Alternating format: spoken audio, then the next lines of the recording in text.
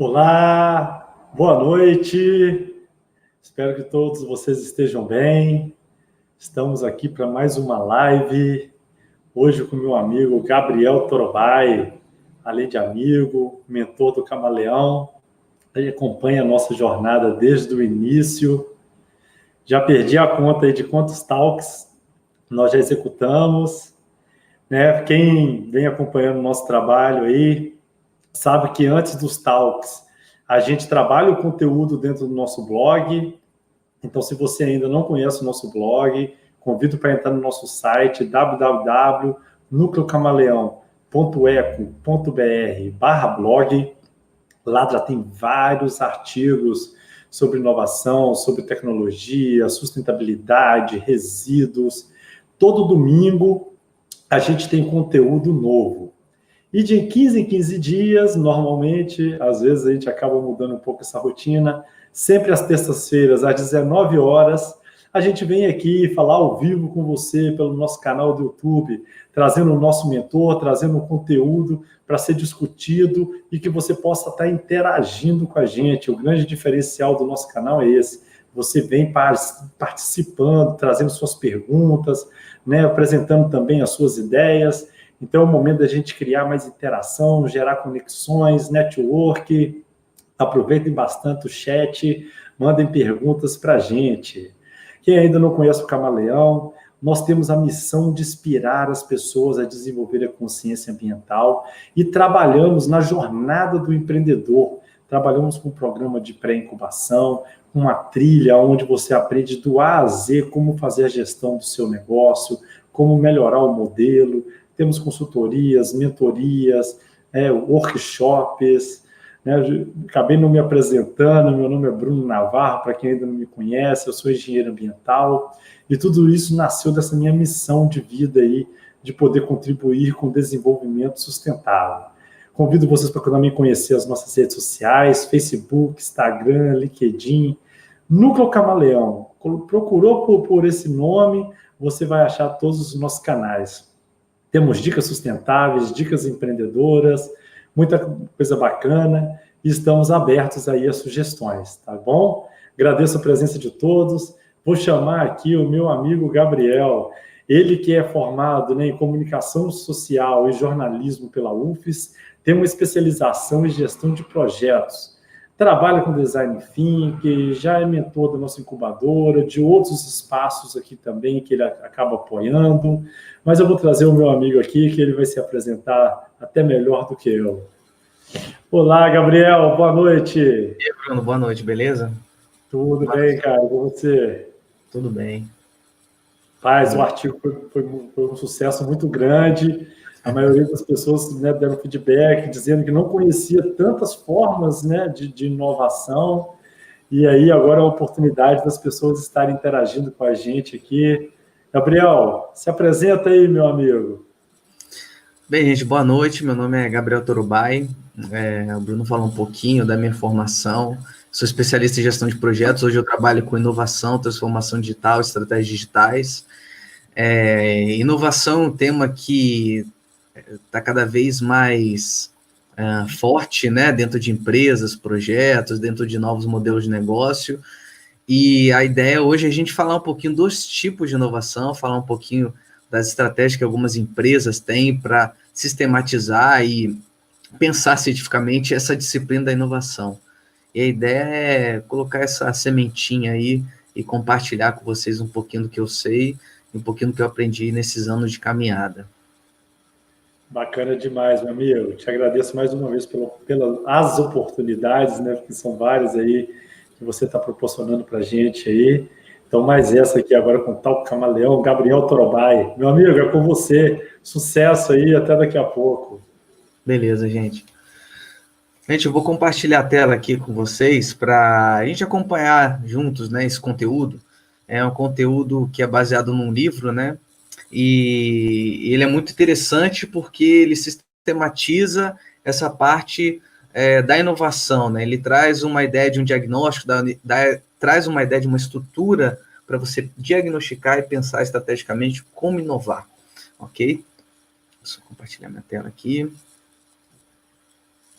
Bem, Então, vou falar um pouquinho sobre esses 10 tipos de inovação, o conteúdo, né, que o Bruno citou, tá lá no blog do Camaleão, tá no blog também do meu site, tá lá no meu Medium, no LinkedIn, quem quiser saber mais.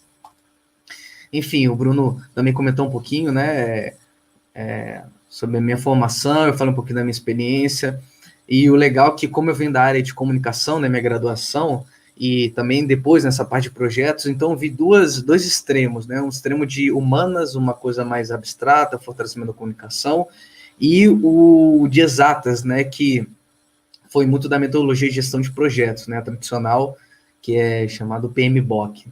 E o interessante disso é que quando a gente fala de inovação, fala de pessoas, fala de comunicação, o mais importante é saber que esses elos, essa conexão, a parte de empatia é muito importante nesse pilar, nessa visão, nessa abordagem que é da inovação. Um pouquinho do meu trabalho lá na consultoria, que eu gosto de falar mais que é uma facilitação, né, para ajudar novos modelos de negócio. Trabalho com 3 pilares, né, que são inovação, transformação digital, estratégias digitais. Quem quiser saber mais pode entrar no site, mas, enfim, a nossa ideia é sair do abstrato para o concreto, da teoria para a prática, né? Justamente discutir, trazer sistemas acadêmicos e também discutir algumas metodologias, ferramentas e adaptar a nossa realidade, né? A gente fazer uma forma antropofágica, né, digamos assim. Bem, esse é um pouquinho da nossa agenda hoje.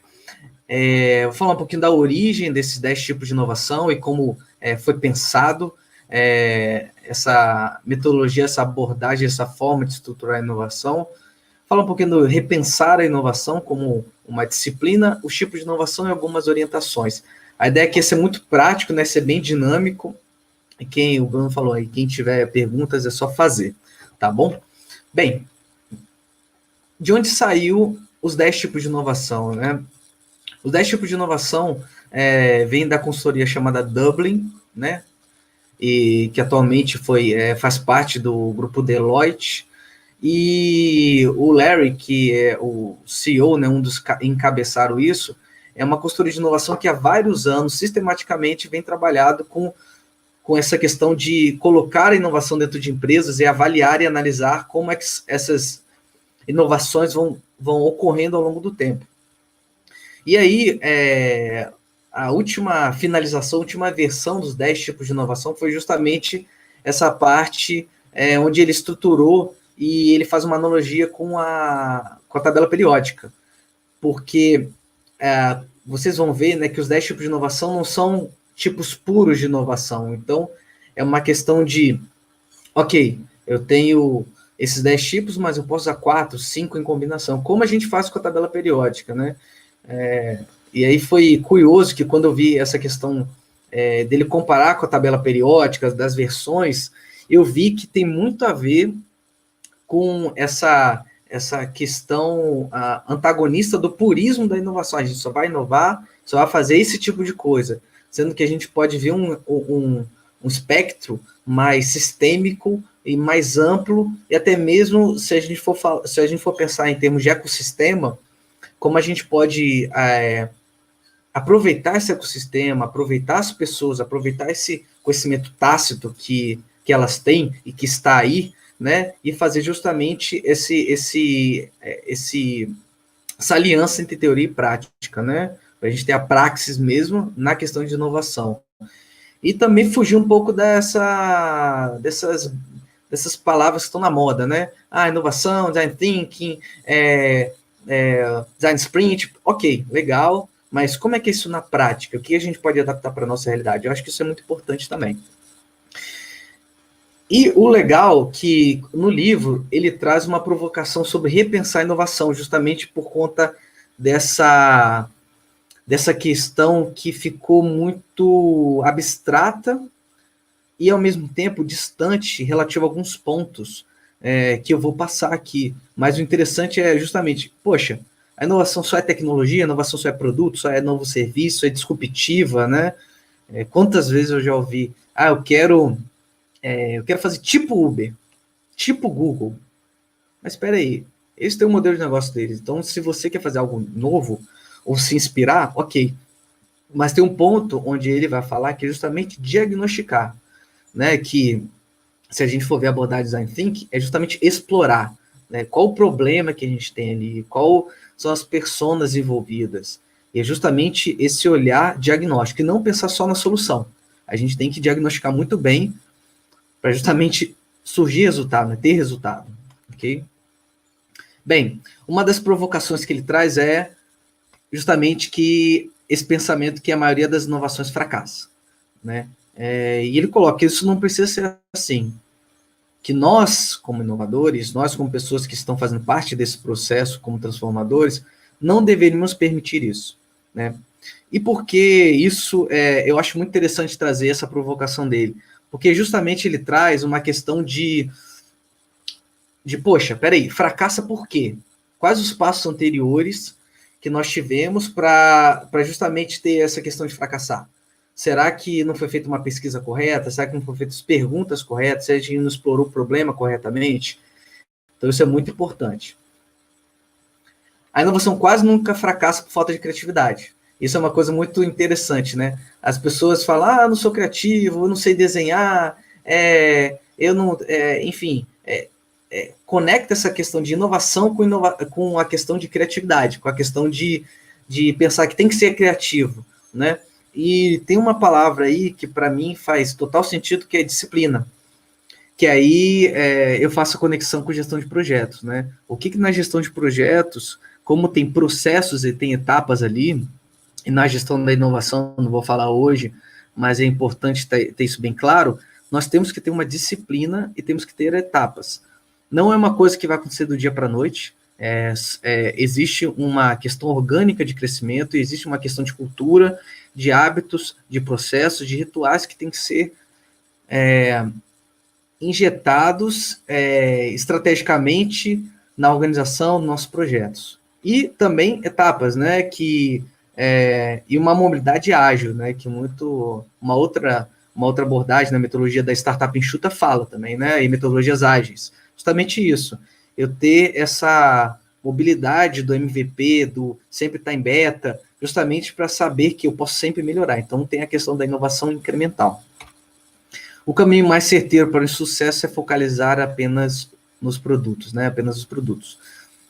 Justamente a questão, isso é muito comum, que em workshops, em dinâmicas que eu realizo, alguns projetos, vou criar um aplicativo, né? Poxa, ok, mas todo mundo tem acesso à internet. Para essa pessoa, esse público-alvo, ela tem uma acessibilidade, ela tem uma conexão, um contato maior com essa parte de tecnologia, de acesso, ela vai entender essa linguagem. Então, justamente isso, né? E o que ele traz, que os inovadores bem-sucedidos utilizam vários tipos de inovação. Então, é uma das coisas também que a gente tem que avaliar, justamente essa jornada. Como é que vai ser a nossa jornada até ter essa inovação? Como é que vão ser as etapas até nós termos essa inovação? E as inovações podem ser desenvolvidas sistematicamente, ou seja, que tem a ver com a disciplina.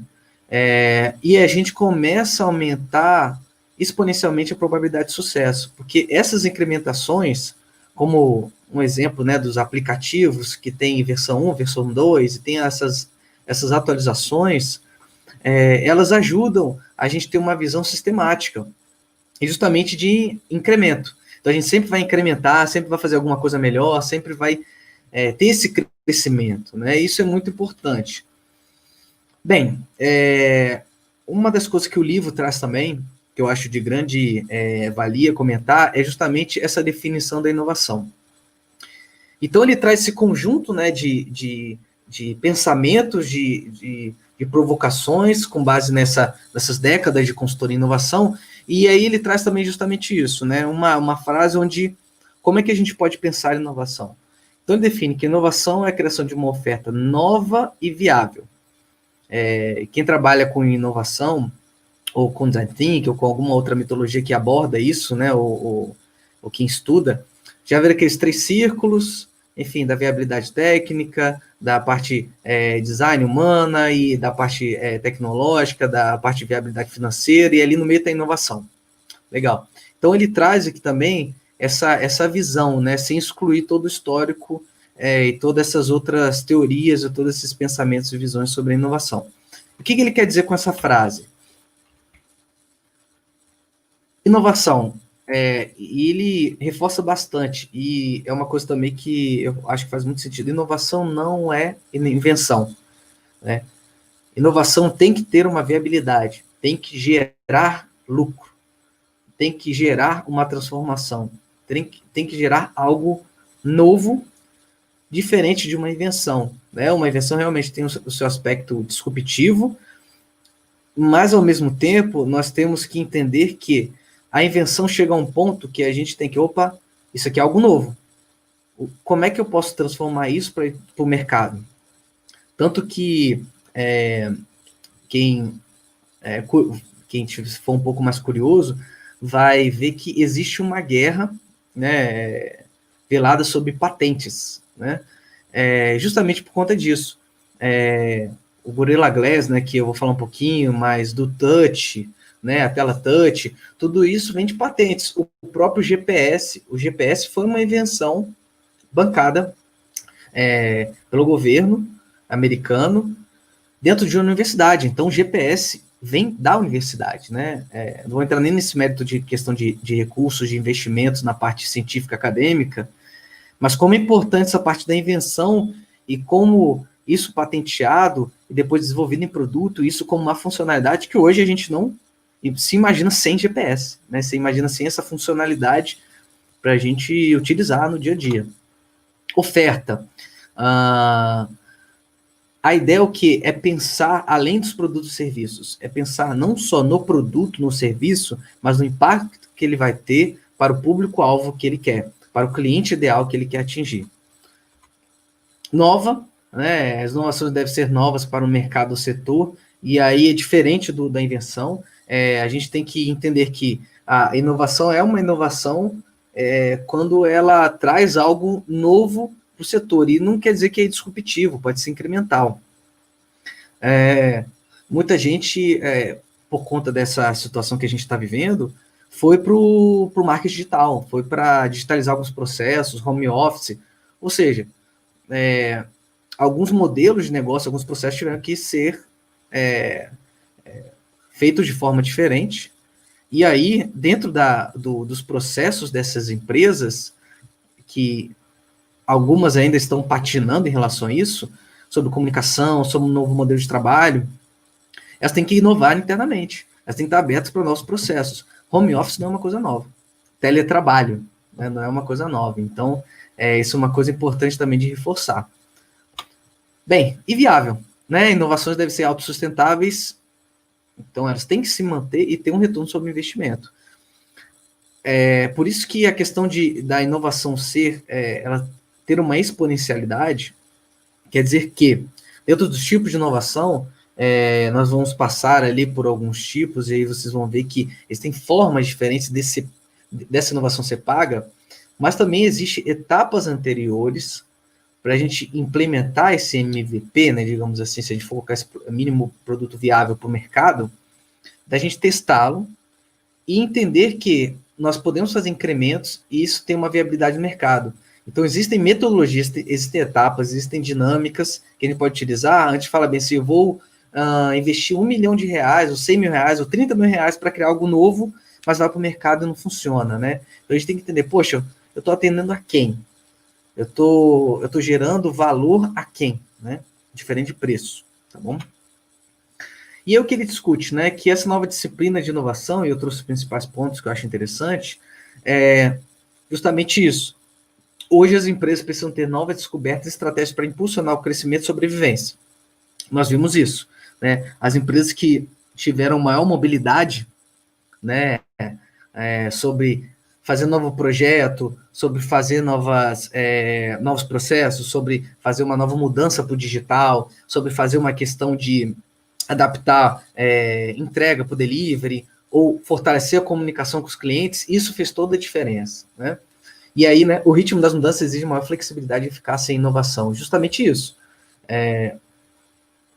Tiveram algumas empresas que se adaptaram muito mais rápido à situação que todo mundo está vivendo. Ok.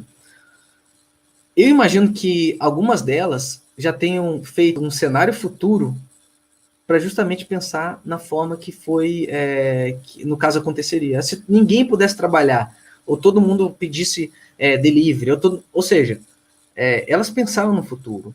E elas já tinham, em algum caderninho, em algum lugar, escrito, a gente tem que fazer isso aqui, para justamente não perder esse bonde, para justamente não perder essa mudança de cenário. Eficiência não é mais suficiente, né? O crescimento orgânico é essencial para a obtenção de resultados. E essa questão de crescimento orgânico eu vejo muito em relação à cultura. Como essa cultura de inovação a gente consegue fazer de uma forma de processos e conseguir criar algo que seja sistemático. E por que orgânico? Porque não adianta eu falar, galera, olha só, amanhã todo mundo vai ser inovador. Né? Então tem que ser uma questão de crescimento. Então por isso que não é ruptura. E hoje clientes e analistas esperam e exigem inovações bem-sucedidas. Né? E justamente isso que eu estava falando da questão do retorno do investimento. Bem, agora a gente vai entrar um pouquinho nos 10 tipos de inovação e ver justamente como é que, aí vocês vão ver a analogia com a tabela periódica, né, quem não viu esse visual antes, mas justamente como é que eles pensaram visualmente e como é que eles estruturaram esse formato dos 10 tipos de inovação. Bem, esses são os 10 tipos de inovação, né? A gente tem aí modelo de lucro, rede, estrutura, processo, dentro da categoria configuração, desempenho de produto, sistema de produto dentro de oferta e serviços, canal, marca, envolvimento do cliente dentro da categoria experiência. O que é interessante dentro dessa estruturação que a Dublin fez, né? Vou tirar aqui. O que é interessante dentro dessa configuração que a Dublin fez? Ela consegue, por meio dessa questão visual, a gente consegue trabalhar com alguns projetos para justamente pegar esses 10 tipos de inovação e trazer dentro de uma discussão estratégica e colocar isso como objetivo estratégico dentro de um negócio, dentro de uma empresa, dentro de um projeto. E isso aí fica visualmente mais atrativo, né, para a gente fazer essas dinâmicas. E ele também faz uma coisa muito interessante, no meu ponto de vista, de trazer essa visão mais genérica da inovação, né, com essas categorias e com esses tipos, mas ao mesmo tempo ele faz um contraponto de deixar muito técnico, científico, com muitas palavras em inglês, né, que às vezes a dificuldade de falar com a empresa toda é justamente isso, né, dificuldade de comunicação, ruído, e por conta disso a gente consegue trabalhar de diversas formas, né.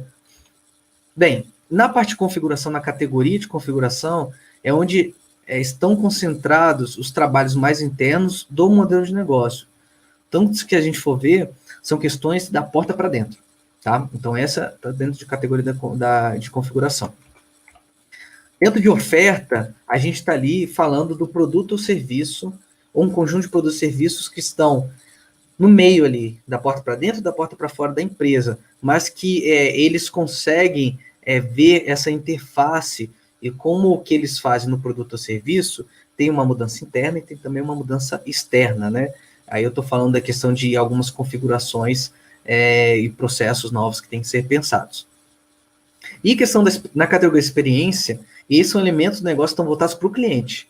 Então, o que eu posso fazer de inovação que está ligado ao serviço, canal, marca e envolvimento do cliente como experiência.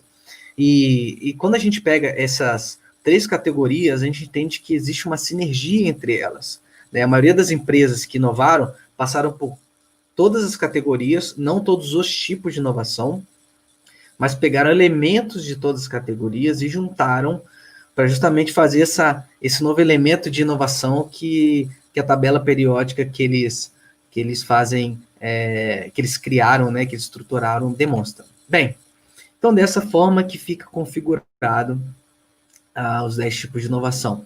O que é interessante, né, isso aí é a última versão do livro, né, é a última versão dos 10 tipos de inovação. O que também é interessante observar que no livro eles mostram as outras versões, como eles fizeram, como é que os vários tipos de estruturações que eles trouxeram. E, enfim, aí a gente vai entrar agora em cada tipo de inovação, exemplificando também como é que seria. Bem, a primeira seria esse modelo de lucro, né, que está dentro da nossa primeira categoria, que justamente é como obter lucro. E eu trago o exemplo do Fortnite. Bem, não sei se a maioria conhece, mas Fortnite é um jogo, né? E o que é interessante nele? Ele é um jogo estilo freemium.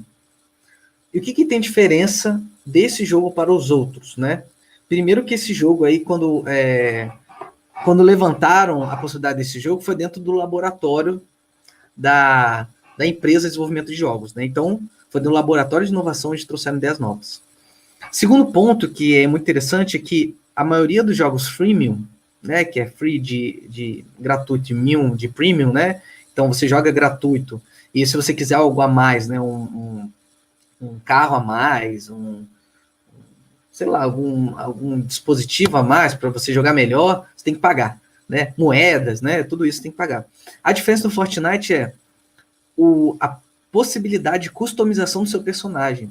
Então você paga pela customização do personagem sem afetar a jogabilidade.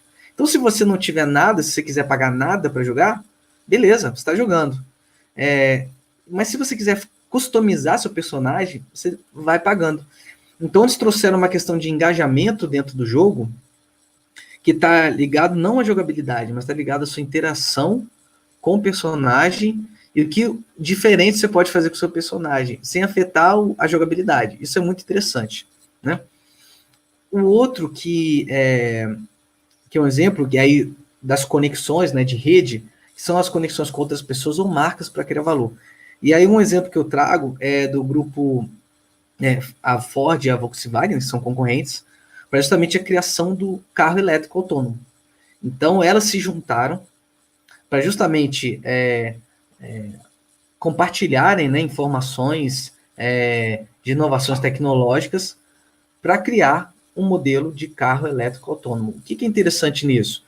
É que são duas concorrentes, mas pensando no mercado, né, no segmento. E se a gente for pensar, a Tesla, né, que inclusive nas últimas semanas, teve um aumento bem grande nas ações, né, do tamanho da empresa, ela está correndo em paralelo, ou seja, no mercado automobilístico, as duas falaram, ou a gente se junta ou a gente morre. Então, esse é o tipo também de inovação que é feito. Netflix, que, enfim, que é sobre estrutura, e a estrutura está ligada à integração dos talentos e recursos internos, os ativos internos. Desse exemplo, a Netflix, dentre diversas inovações que fizeram, inclusive de comunicação, eu lembro da questão, o chat está sendo... a pessoa me responde no chat de uma forma bonitinha, engraçada. Tem também a questão de ter da inteligência, né, de dados para justamente entender o seu perfil de consumo dos conteúdos, dos títulos, e aí sugerir. Tem também a outra questão de você criar, né, o House of Cards é um exemplo disso, você criar um seriado com base, né, nos dados e informações que as pessoas estão dando, justamente, as pessoas estão vendo muito esse título. Poxa, eu acho que tem um filão aí que a gente pode explorar. O House of Cards, eu sou fã, né, eu gosto muito do seriado, e ele tem uma versão britânica, né, que justamente é a primeira versão. E por conta desse crescimento, eles falam, poxa, eu acho que a gente vai começar a produzir um House of Cards americano. E aí fizeram e foi um sucesso. Mas a questão da estrutura aqui que eu trouxe é a questão das férias. Eles perceberam, eles fizeram uma pesquisa interna, né, e um dos pontos que surgiram é justamente isso. As pessoas falavam que os processos internos eram muito truncados, né, eram muito devagar, enfim, travavam muita coisa. Então, duas coisas eu lembro, e isso foi até um dia no Netflix, foi no evento, e eu estava nesse evento, ele comentou, que, primeiro, as pessoas podem tirar férias quando quiser, seria ótimo, né? Desde que não afete produtividade. Então, ele estava inclusive no evento, ele é brasileiro, estava no evento, e estava nas férias que ele queria. E outro ponto os responsáveis pelos setores, eles podem fazer qualquer compra sem precisar pedir uma autorização. Porque, olha, é sua responsabilidade, né? E tem uma coisa na cultura também, Netflix, e tem uma apresentação falando sobre a cultura deles, sobre adultos maduros, né, que é muito interessante, né, a questão de contratação de adultos maduros, né? É uma empresa que tem uma cultura muito interessante e vale a pena estudar também. Bem, o AliExpress, que é do grupo Alibaba, né, que isso é interessante, a AliExpress é apenas uma das empresas, né, dentro do conglomerado, e dentro da parte de processo, é muito interessante que é justamente isso, utilizar características próprias para melhorar o trabalho. E o que é interessante nisso? O AliExpress ele disponibilizou sistemas de gestão para os comerciantes, e aí os comerciantes eles faziam esse sistema de gestão de estoques, né, o ERP, tinham gratuito, e aí e eles iam lá colocando os produtos e tudo mais, e quando eles colocavam os produtos e preço, o AliExpress por trás, eles tinham os dados sobre isso. Então, eles sabiam quais regiões vendiam mais ou menos aquele produto. Por quê? O mercadinho que usava o sistema deles era um mercadinho que comprava também do AliExpress, né? Então, essa aí é uma das inovações que eles fizeram. Uma outra coisa muito interessante sobre o AliExpress, dentro dessa parte de processo, é que justamente ele fez qualquer um virar um vendedor. Então, sem ter o estoque, que é o famoso dropshipping, né? Que é justamente isso. Eu posso vender alguma coisa, né? E não ter o estoque. E aí eu vendo do fabricante. E eu sou um intermediário, ou seja, ele aumentou a potência comercial dele, né? Por conta desse processo azeitado dentro de venda, dentro de gestão de logística, gestão de estoque, dentro dessa conexão com o ecossistema, que é uma coisa interessante, que eles fizeram, com o ecossistema que eles criaram junto das indústrias, dos fabricantes, dos representantes comerciais, da parte de logística. Eles criaram um ecossistema antes de eles conseguirem ser essa potência, né, do grupo Alibaba. Porque justamente é isso. Muitos falam do WeChat, né, que é o aplicativo. A gente faz um monte de coisa pelo WeChat, tal, compra, paga conta, dá gorjeta, até esmola, enfim, dá para fazer um monte de coisa pelo chat, além de ser um sistema de comunicação, né, como o WhatsApp. Só que faz muito mais coisas por ali. O que é interessante, aquilo ali não foi possível se não fosse trabalhado o ecossistema por trás daquilo, né? O chat é um outro exemplo aqui que estou falando também, mas tem a ver com rede, tem a ver com outros tipos de inovação. Performance de produto, aí eu trago o exemplo do Gorilla Glass, que é justamente focado no produto, né? Esse tipo de inovação, que é desenvolver características e funcionalidades diferenciadoras. E aí foi interessante a história do Gorilla Glass, no texto eu falo um pouquinho, que o Gorilla Glass, que esse vidro, né, que colocaram, né, que é um componente que foi para o celular, ele foi patenteado pensando não sei se vocês lembram, no pouch selfie, né? Então ele foi pensado a ter uma durabilidade de cair do bolso, de cair 1,5 m e tal. Só que as pessoas começaram a usar o pouch selfie, e aí, tanto que o Gorilla Glass tem várias versões, e eles tiveram que aumentar a questão da durabilidade, né, da estrutura do Gorilla Glass por conta dessas diferentes funcionalidades que o produto teve. E aí é muito interessante saber que, por conta disso, né, dessa diferença, o celular tem um preço totalmente diferente, mas aí eles foram incrementando o produto à medida que as pessoas utilizavam o produto, né? Isso aí é muito interessante do ponto de vista tecnológico, estar em contato com o meu cliente para saber o que vai mudando. O sistema de produto, que são os produtos e serviços complementares, o Airbnb, ele fez uma coisa muito interessante, que é justamente ele fazia nessa questão dessa intermediação entre os locais e quem queria ir para os locais de alugar. E o que eu acho interessante dele é que ele também traz o ponto de fazer justamente. Só um minutinho.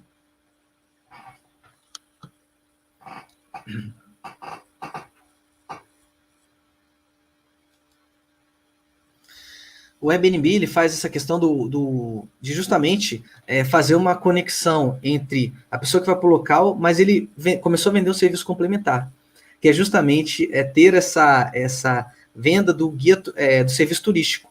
Então, legal, você vai para, não sei, Cartagena, na Colômbia, você aluga um espaço lá, mas você não conhece nada. Então, ele começou a agregar o serviço de também venda dessas experiências. E aí, mais uma vez, ele potencializando a experiência como um todo. Então, ele colocou um produto e serviço complementar nesse sistema de produto que ele tinha, né? A Amazon, na questão de... ela tem muito forte essa questão de logística. E uma das coisas que ela fez, e deve fazer uns 6 meses, veio para o Brasil a Amazon Prime. E o Amazon Prime com preço acessível, e tem a questão do frete, que isso é uma coisa que teve muito forte, e a Magalu, né, da Magazine Luiza, está sendo bastante forte dessa questão de também ter essa do frete, né, ser um diferencial muito grande, mas a Amazon Prime, quando ele pegou essa diferenciação no serviço, ele pegou justamente nessa questão também do frete. Então, eu tenho ótima experiência com a Amazon justamente por conta disso. Falou que ia chegar em 5 dias, chegou em 3. E livro, né? Eu não era do Amazon Prime, né? E justamente por conta disso. Justamente por ter esse diferencial do serviço. Qual a dor? A dor é ficar esperando, ter essa ansiedade. Então, vamos diminuir essa dor para o nosso cliente. O canal, e aí eu trago um exemplo que eu gostei muito quando eu estava estudando e eu vi sobre isso, que é distribuir de uma forma diferente os produtos aos clientes e usuários. E eu trago da impressora 3D como uma tecnologia para potencializar esse canal, porque agora, se você for pensar, quem tem uma impressora 3D ou quem tem acesso a uma impressora 3D, que ainda não é uma coisa muito acessível, né, do ponto de vista financeiro, mas se a gente for lembrar lá atrás, o DVD também não era, e nem celular, a gente vai entender que com a impressora 3D a gente consegue ter uma máquina, né, que consegue construir ou prototipar ou enfim, moldar coisas novas, né, e tá aí brincando com o coraçãozinho na mão, mas inclusive para fazer órgãos, né, para seres humanos, para transplante. E uma coisa interessante sobre isso é como é que isso vai impactar as lojas de peças, como é que isso vai impactar as lojas de brinquedos, como é que eu posso, indústria, ver que o meu valor está no design, né, no valor que eu tenho agregado, e não só na produção, tá, que pode ser copiada. Okay? Mas como eu tenho na tecnologia e como eu posso me diferenciar cada vez mais com essa conexão com o meu cliente.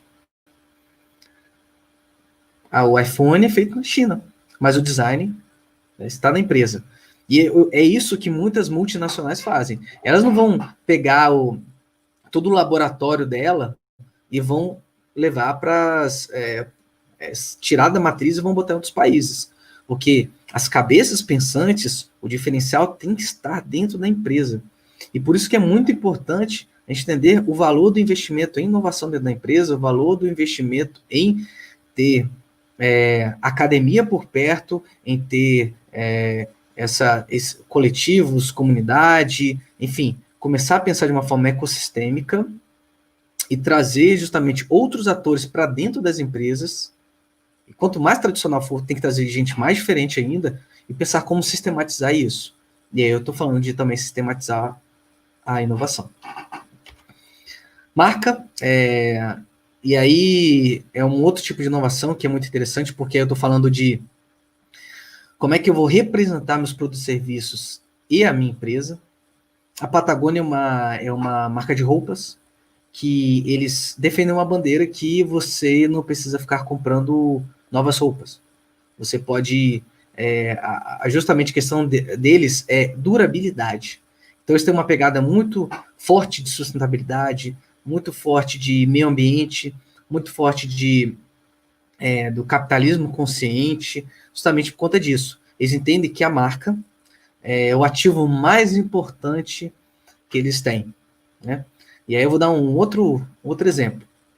Eu tenho um Samsung, né, de celular. Se eu tivesse uma maçãzinha atrás dele, já teria uma marca embutida ali, e aquela marca traz todo o valor e toda a questão imaterial para aquela tecnologia, para o celular. Então, tanto que tem muita gente que tem paixão pela marca. O Nubank, que é um exemplo muito positivo de dar em relação a isso, justamente por conta de quem imaginava que nós, né, eu estou generalizando, gostaríamos de um cartão de crédito.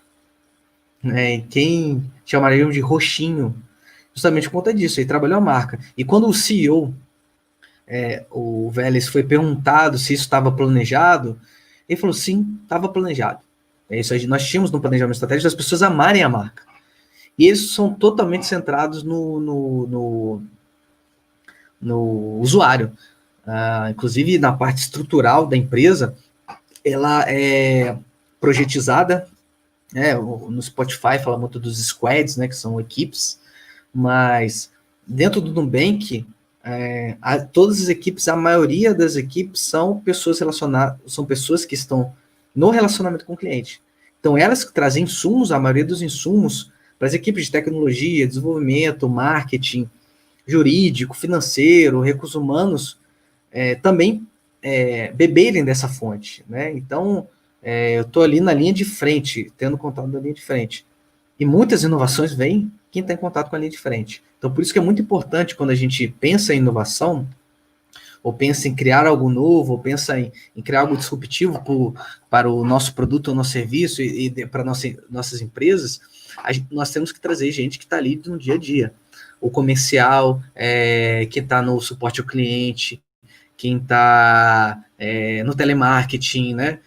Passivo e no ativo também vendendo, porque justamente eles estão conversando no dia a dia. Então, eles vão trazer as dores e necessidades dos clientes. Então, isso é muito importante também ter junto.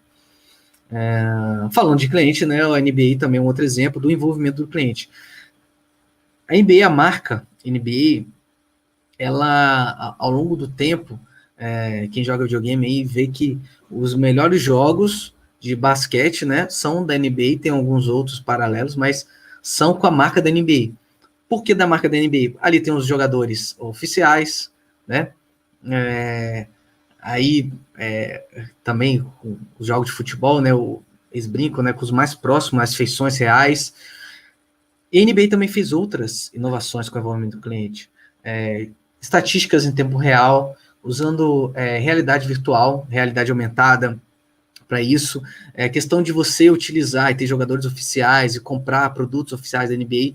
Ou seja, eles entenderam que a liga, né, americana de basquete é justamente isso. Ele consegue ali desenvolver um ecossistema de negócio que eu tenho envolvimento do cliente. É uma paixão, né? É um esporte, é uma paixão. É muito interessante, tem um seriado Netflix falando do Chicago Bulls, do Michael Jordan, e eles chamam o Chicago Bulls e os outros times, equipes de franquias. Olha que interessante, franquias, né? Franchise. Eu fiquei, nossa, que interessante, franquias, mas justamente isso, é uma marca. Né? Então tem uma marca ali, tem os jogadores, eles jogando bem, eles conseguem ter mais fãs. Então é muito envolvente, né? Muito interessante como eles veem aquilo também como negócio, né? O sócio torcedor que tem aqui no Brasil, eles entendem, caramba, como é que eu posso fazer esse envolvimento do cliente maior? Né? Não só ter experiência ali no jogo, mas pré-jogo, pós-jogo, hereditário, passar de pai para filho, então é muito forte isso, né? Então, quando a gente se conecta com a emoção do nosso cliente, isso aí não tem preço. E aí pode ser emoção positiva ou negativa, né? Bem, e como é que usar esses tipos de inovação? O que é interessante observar?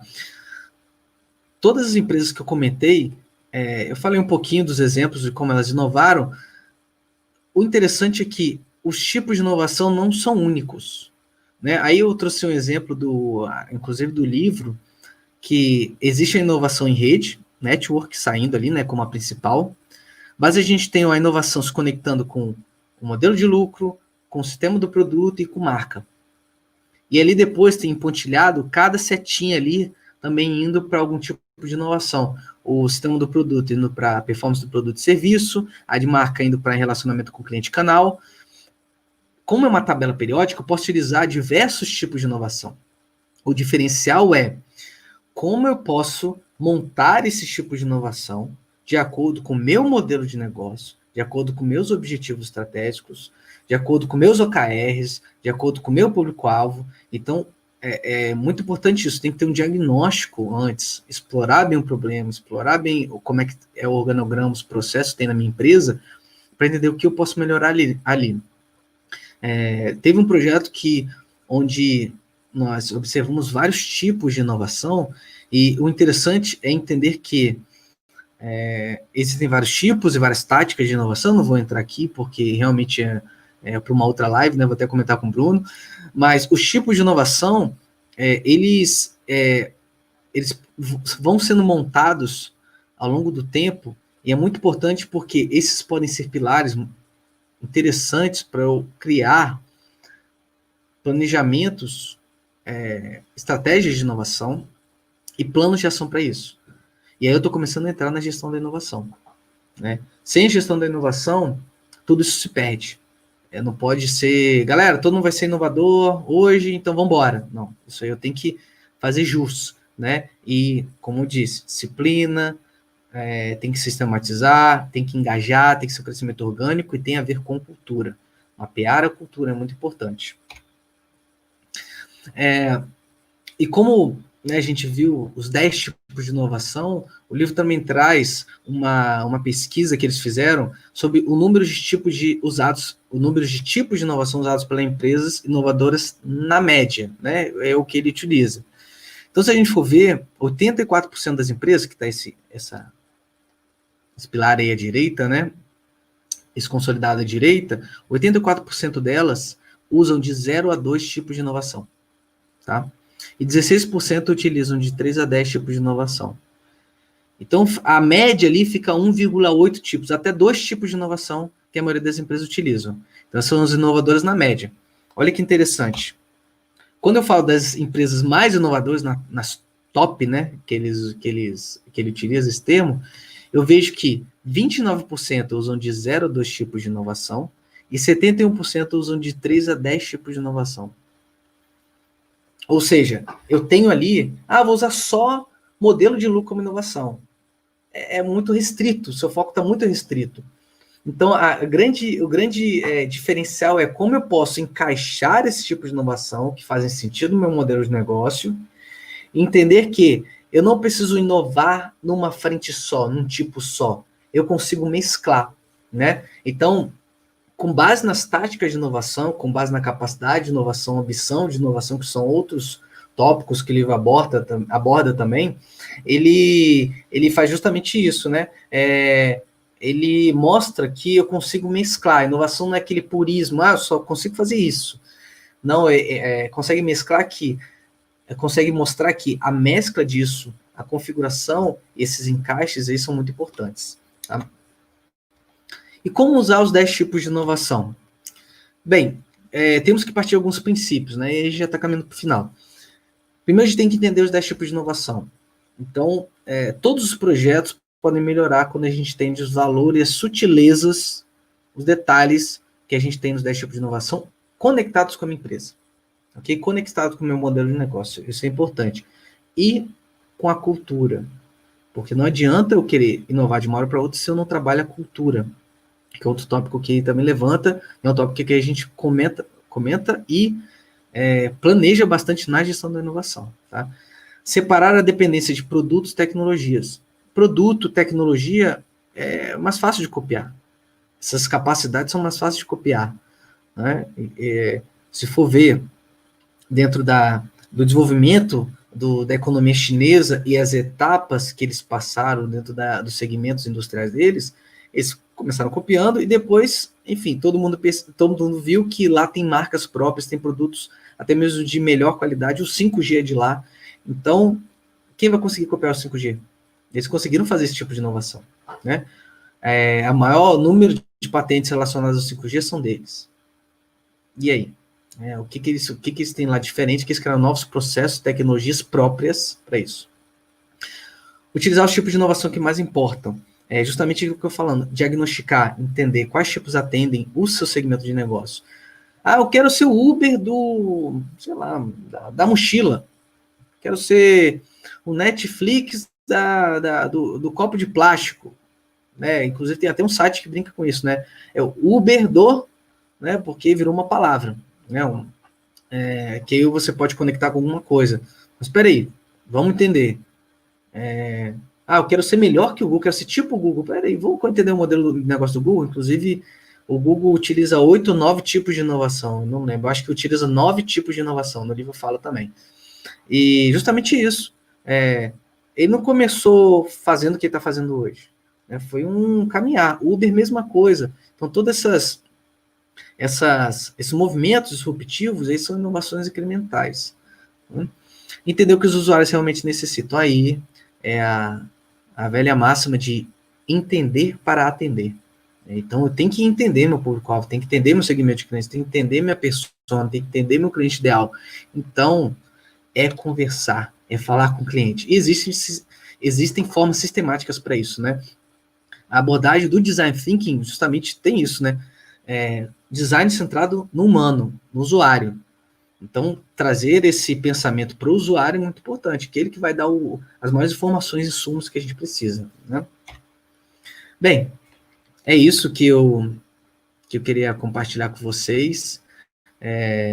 Espero que eu não tenha me alongado muito. Enfim, tem muito mais informações que eu posso falar e estou à disposição aí para algumas dúvidas e perguntas, tá bom?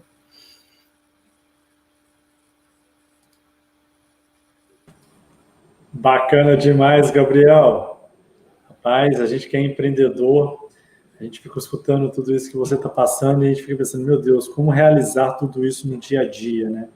Ainda mais quando a empresa não é muito grande, não tem vários colaboradores, a gente tem que fazer um pouquinho, né? A gente fica se perguntando. Então vamos lá, cara, já tem umas perguntas aqui, ó. A primeira delas é da Virgínia Coelho. Ela pergunta, vamos botar na tela aí. Qual é o primeiro passo para começar a inovar na minha empresa? Então, a gente escuta falar muito de inovação, essa palavra, né, está no topo aí das palavras mais ditas, com certeza, mas você mostrou que tem várias formas, né, de inovar. Agora, Sim. qual o primeiro passo, cara, para a gente conseguir executar isso aí? Bem, tem que andar em paralelo, né, mas o primeiro passo seria entender qual modelo de negócio que você tem, né? Então, é mapear o modelo de negócio, entender como são as dinâmicas do negócio e depois começar a caminhar para explorar e entender o seu usuário, quem é o seu cliente, quem são os seus segmentos de clientes. Então, primeiro, o modelo de negócio, entender qual é o seu modelo de negócio, e aí você vai começar a ver algumas coisas ali que encaixam ou não, e depois você começar a entender o entorno. E aí, o entorno tem que começar pelo seu cliente ou pelos seus possíveis clientes, né? Para quem não tem um negócio que está no mercado. Então, esses seriam os primeiros passos. E aí, quando você começa a encaixar a proposta de valor, é justamente quando você traz o modelo de negócio de um lado e você traz esse olhar do cliente do outro. E aí você vê as oportunidades. Quando você junta os dois, aí você começa a ver as oportunidades que podem ter para inovar e para criar um valor maior para esse cliente. Seria isso aí. Bacana demais, meu amigo. Obrigado aí pela pergunta, Virgínia. Vamos para a próxima aqui agora, hein? Essa é da Maíla Figueiredo. Quais outras ferramentas ou técnicas temos que usar para criar uma estratégia de inovação? Legal. Existe a abordagem, né, do olhar design thinking, que eu comentei um pouquinho, do olhar centrado no humano, que isso é muito importante. Mas, como ferramentas, existem o Canvas de modelo de negócio, o Canvas de proposta de valor, existe a matriz de stakeholders, né, intervenientes para você fazer diagnóstico, matriz CSD. Ferramentas existem algumas, né? O legal é que você ter as etapas de explorar, justamente você explorar o seu negócio, explorar seu modelo, seu segmento, seu mercado. Você depois entrar e encaixar isso justamente com as necessidades dos seus clientes. Então, você tem que ir lá e conversar com seus clientes. Então, você vai começar a entender como é que é a importância de você ter essa conexão com eles e as oportunidades, necessidades, enfim, e tudo que pode aparecer. E daí você começa a idear, né? A fase de ideação, justamente de pensar nas diversas possibilidades. E dessas possibilidades, você tem que entrar num funil, onde você vai começar também a entrar na parte de prototipar. Então, você tem que materializar essas ideias e validar, né? Para essas etapas todas, que são as etapas do Design Thinking, mas, enfim, tem outras metodologias, né, também, abordagens que passam por isso, mas eu estou falando de explorar bastante, diagnosticar bastante. Então, tem o Business Model Canvas, tem o Lean Canvas, tem o Effectuation, tem o modelo C, eu acho, que faz a questão de negócios sociais, todas essas ferramentas, mas principalmente essas etapas que você tem que passar para justamente entender que inovação eu tenho que fazer com o meu cliente. Isso é muito importante. Bora lá, muito bom. A galera está engajando aí. Fiquem à vontade, pessoal. Vamos mandar pergunta, aproveitar o Gabriel aí. Ele trabalhou com muito carinho esse conteúdo aí para todos nós. Ó, vamos aqui então, Dan, vamos lá. Como desenvolver uma cultura de inovação? A gente sabe que a cultura é algo que leva tempo para ser desenvolvida, né? Não é de um dia para a noite, a gente precisa exercitar muito, né, para que isso se torne uma cultura, né? E aí, Gabriel, qual o desafio? Olha, a cultura é feita de indivíduos. Então, existe um primeiro passo aí de entender os indivíduos, entender as pessoas que fazem parte de onde eu estou, né, da empresa, do projeto, do negócio. E a gente também tem que entender o que é valor para esses indivíduos, o que é importante para eles. E quando eu trago eles para explorar o processo, quando eu falo, galera, olha só, esses são nossos desafios, esses são nossos OKRs, né, que é uma outra metodologia importante também, quem perguntou sobre ferramentas técnicas, e justamente ter essa horizontalização e de tudo que a gente está desenvolvendo, que a gente tem como planejamento estratégico, né, como estratégia. E a questão da cultura de inovação é também uma outra abordagem do livro, que fala que são hábitos que têm que ser construídos ao longo do tempo e a gente também tem que sistematizar.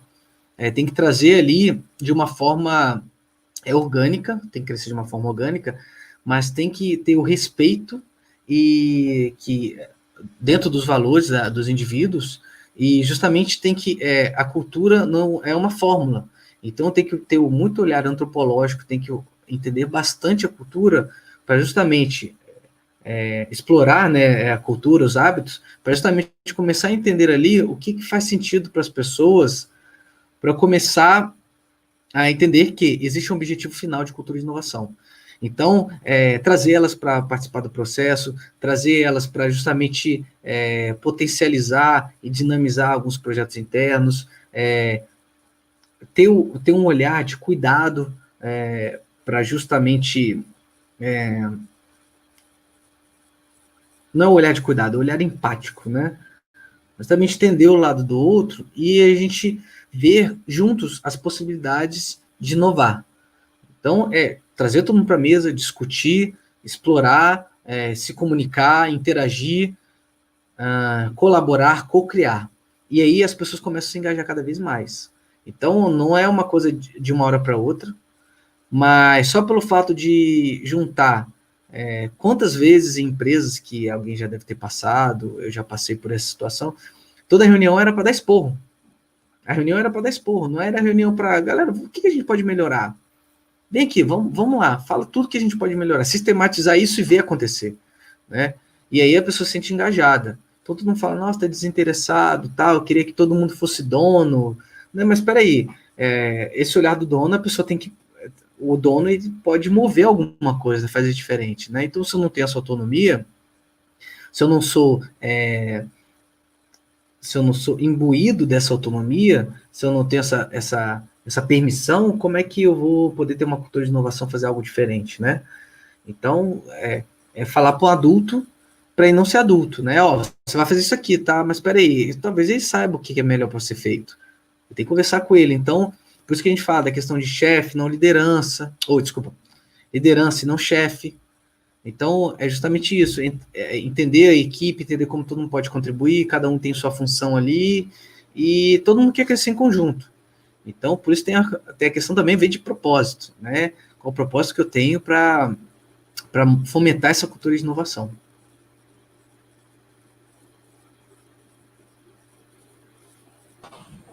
Bacana, Gabriel. Muito obrigado aí ao Dan, Maíla, Virgínia, todo mundo que está enviando as perguntas. Ó, vamos para a última aqui agora, meu amigo. É da Maí Navarro. Como diminuir a incerteza do retorno do investimento em inovação? Então, tem várias formas, né, da gente estar investindo. Além do dinheiro também, tem a questão do tempo, né, para desenvolver essa cultura. Qual a melhor estratégia, né, para a gente garantir esse retorno? Para que isso não seja mais uma atividade dentro da empresa, que os colaboradores não vejam valor nela, porque talvez eles não estão entendendo ainda toda essa importância, né? E acho que é mais uma necessidade de mudança, e que no final eles não conseguem, de fato, ver o valor nessa questão. Nem todos os colaboradores estão alinhados, né, ao propósito. Como garantir isso, cara, né, para diminuir essa incerteza em relação aos retornos? Legal. Primeiro, entender o que seria esse tipo de inovação, essa exploração, como é que o que está alinhado com a estratégia do seu modelo de negócio. E eu vejo uma coisa muito interessante, que até as metodologias ágeis e justamente o Startup Enxuta, né, do Eric Rice, que ele traz, eu consegui fazer pequenas validações, né, e aí o Logical Design Thinking traz isso, diversas validações, prototipar, iterar, pivotar, ou seja, eu tenho que fazer inovações incrementais. Então, a partir dessas inovações incrementais, eu consigo também ter um crescimento exponencial. Eu consigo validar algumas hipóteses, eu consigo colocar novas funcionalidades, novos serviços, eu vou incrementando meu valor junto ao meu cliente. E como é que eu diminuo essa incerteza? Justamente me conectando com quem vai utilizar. E aí, enfim, existem N formas de fazer, mas nada substitui a pesquisa, a exploração, ao estar em contato com ele, porque ele vai determinar as tendências, e entendendo essas tendências de inovação, de como consumir um produto ou serviço, de como está caminhando, esse olhar de futuro, eu vou também entender o que eu posso melhorar. E isso tem que se materializar em algo, em alguma ação. E esse é o protótipo. O protótipo é justamente a ideia de, ok, tem um protótipo, eu tenho que validar o protótipo, ainda não ir para o mercado. Então, validar o protótipo. Então, eu tenho alguns clientes, testo com eles, testei as hipóteses, eu faço MVP, que é um mínimo produto viável. E eu boto no mercado. Não quer dizer que é um produto somente, né? Pode ser um serviço, então uma experiência. Pode ser uma nova unidade de negócio com um novo produto ou serviço. Então, tendo esse mínimo, eu consigo entender o que melhorar nele para justamente criar uma escala. Então, se a gente for pensar, existe, né, uma das técnicas que utiliza do Design Sprint, né, para justamente ter esse produto, e a gente faz em uma semana, né, da ideia ao produto, e justamente testar, para ter isso, né, para ter uma segurança maior. Agora eu vou desenvolver, agora eu vou ter um investimento maior, agora eu vou financiar essa ideia.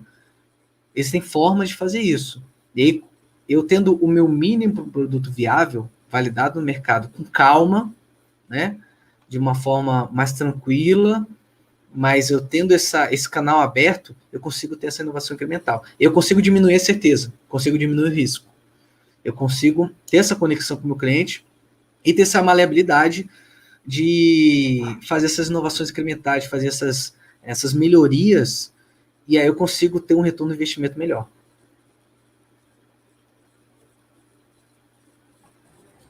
Bacana, meu amigo. Agradeço aí pela atenção às perguntas, a todo mundo que está enviando, a galera aqui dando os parabéns, elogiando. Quero agradecer a todo mundo pela presença. Né, o nosso talk acontece de 15 em 15 dias, sempre às terças-feiras, às 19 horas. Quero já deixar o convite aqui para o próximo encontro.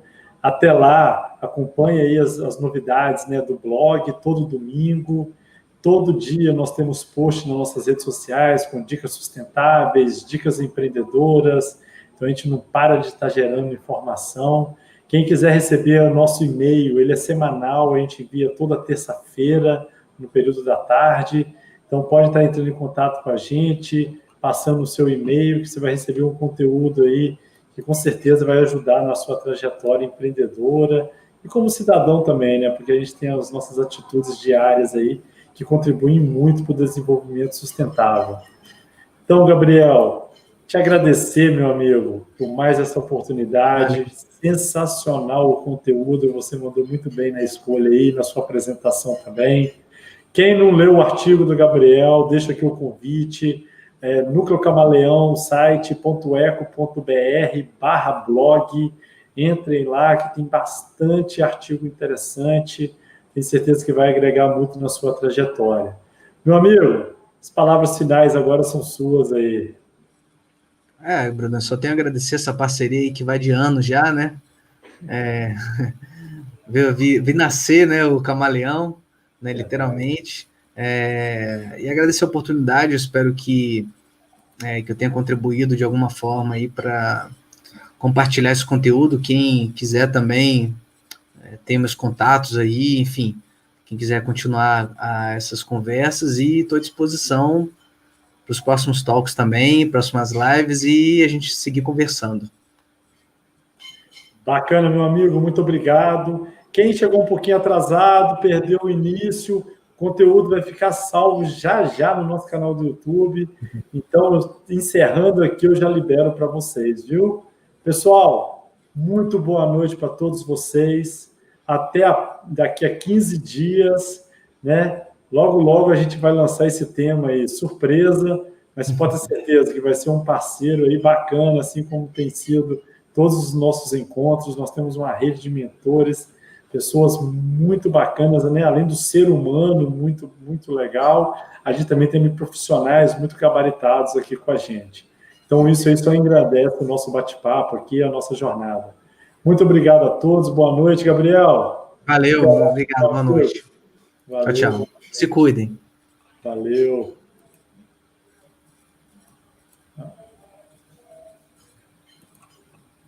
Alguns comentários aí, deu uma seguradinha aí para botar o agradecimento da galera. Legal. Valeu, gente. Boa noite para todos aí. Bom descanso. Fiquem com Deus.